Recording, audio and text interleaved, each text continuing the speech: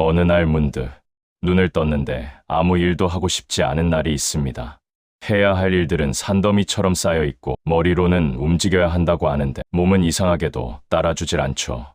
그럴 때 사람들은 스스로를 나무랍니다. 왜 이렇게 의욕이 없지? 내가 게을러진 걸까? 하지만 사실 그건 게으름이 아니라 신호입니다. 너무 오래 버텨왔다는, 이젠 좀 쉬어도 된다는 마음이 보내는 조용한 SOS 말이에요. 아무 일도 하지 않는다는 건 삶에서 밀려난 게 아니라 다시 돌아가기 위한 숨 고르기입니다. 오늘 이 오디오북에서는 그 아무것도 하지 않는 시간이 왜 인생에서 꼭 필요한지, 그리고 그 시간이 어떻게 우리를 더 단단하게 만들어주는지 이야기하려 합니다. 이건 쉼의 미학에 관한 이야기이자 자기 자신을 허락하는 용기에 관한 이야기입니다. 첫째, 아무것도 하지 않는다는 건 마음이 회복 중이라는 뜻입니다. 우린 살아오며 너무 오랫동안 무언가를 해야만 가치 있는 사람이라고 배워왔습니다. 그래서 가만히 있으면 불안해지죠. 그런데요, 마음이 지칠 때는 행동보다 멈춤이 더 필요합니다. 예를 들어, 한 주 내내 일에 치이다가 토요일 아침에 눈을 뜨자마자 오늘은 뭐 하지? 하며 일정을 채우려는 자신을 발견할 때가 있죠. 그럴 때는 이렇게 말해보세요. 오늘은 아무것도 안 해도 괜찮아. 그 한마디가 스스로를 살려냅니다. 바람직한 방법으로는 쉬는 날에도 해야 할 일을 만들지 마세요. 진짜 쉼은 의무 없는 시간에서 시작됩니다. 그 시간이 당신 마음의 근육을 회복시킵니다. 둘째, 쉼 없이 달리면 결국 방향을 잃습니다. 열심히 사는 건 분명 멋진 일입니다. 하지만 왜 달리고 있는지를 모른 채 계속 뛰다 보면 결국 목적을 잃은 마라톤이 됩니다. 예를 들어, 일을 잘하기 위해 밤을 새고 가정을 위해 스스로를 희생하고 남들에게 좋은 사람으로 보이려 애쓰다가 문득 나는 왜 이렇게 사는 걸까 싶을 때가 있습니다. 그건 게으름이 아니라 나라는 존재가 자신에게 묻고 있는 겁니다. 이 길이 진짜 내 길이 맞을까? 바람직한 방법으로는 가끔 멈춰 서서 자신에게 질문하세요. 나는 지금 어디로 가고 있지? 그 질문이 방향을 바로 잡아줍니다. 달림은 목표를 향한 것이고 쉼은 방향을 찾는 일입니다. 셋째, 아무 일도 하지 않는 시간에 진짜 내가 보입니다.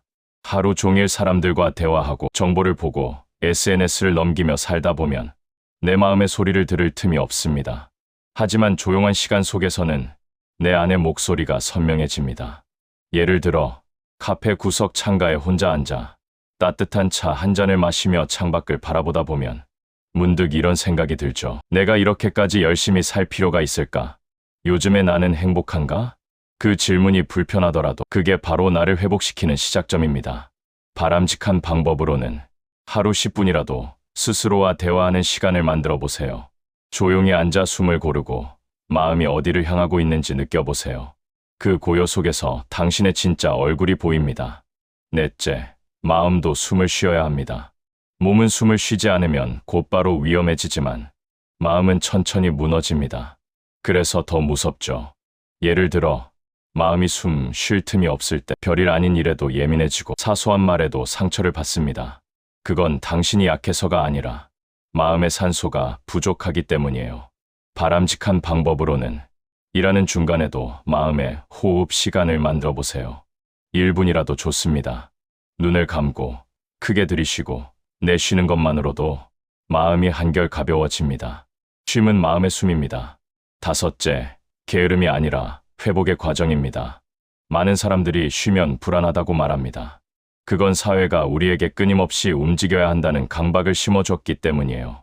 하지만 잘 쉬는 건 게으름이 아닙니다. 쉬지 못하는 게 오히려 위험하죠.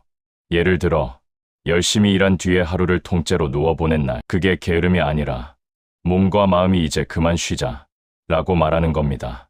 바람직한 방법으로는 쉬는 날을 일정의 일부로 넣어두세요. 이번 주 토요일 아무 일도 안 하는 날. 그 문장 하나가 삶의 밸런스를 바꿉니다. 여섯째, 쉼은 창의력의 씨앗입니다. 달리기만 하면 시야가 좁아집니다.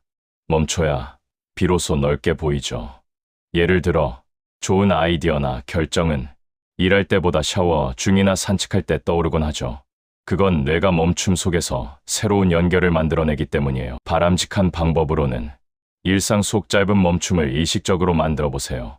커피 한 잔, 짧은 산책, 좋아하는 음악 한 곡.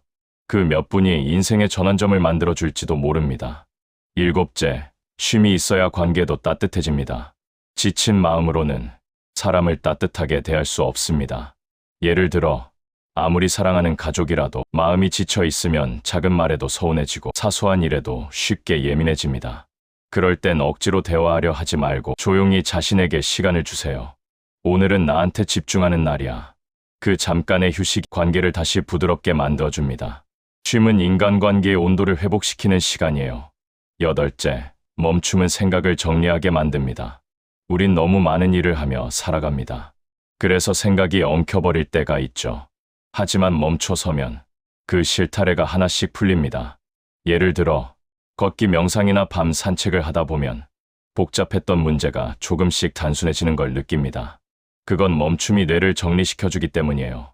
바람직한 방법으로는 생각을 멈추는 시간을 정해두세요. 책을 읽거나 음악을 듣거나 그냥 멍하니 하늘을 보는 것도 좋습니다. 그 시간이 마음의 청소기가 되어줍니다. 아홉째, 멈춤은 포기가 아니라 회복입니다. 우린 종종 멈추는 걸 두려워합니다. 멈추면 뒤처질 것 같아서요. 쉬면 다시 못 돌아갈까 봐요. 하지만 멈춤은 포기가 아닙니다. 회복을 위한 준비입니다. 예를 들어 나무도 겨울엔 자라지 않습니다. 그건 성장이 멈춘 게 아니라 더 깊이 뿌리를 내리는 시기예요. 바람직한 방법으로는 당신의 겨울을 받아들이세요. 잠시 멈춘 지금이 바로 당신의 내면이 자라나는 시간입니다. 열째, 아무 일도 안 하는 날이 결국 나를 살립니다. 세상은 늘 말합니다. 열심히 해야 성공한다. 멈추면 뒤처진다.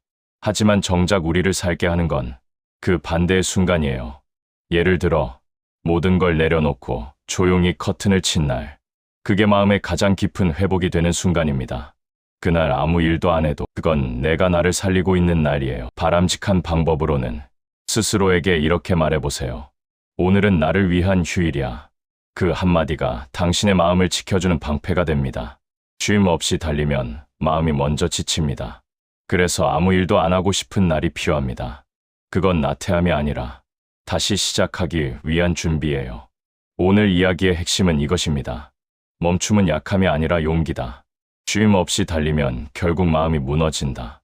오늘 영상도 함께 해주셔서 진심으로 감사합니다. 앞으로도 유익하고 따뜻한 이야기로 자주 찾아뵐게요. 모두 건강하고 평온한 하루 보내시길 바랍니다.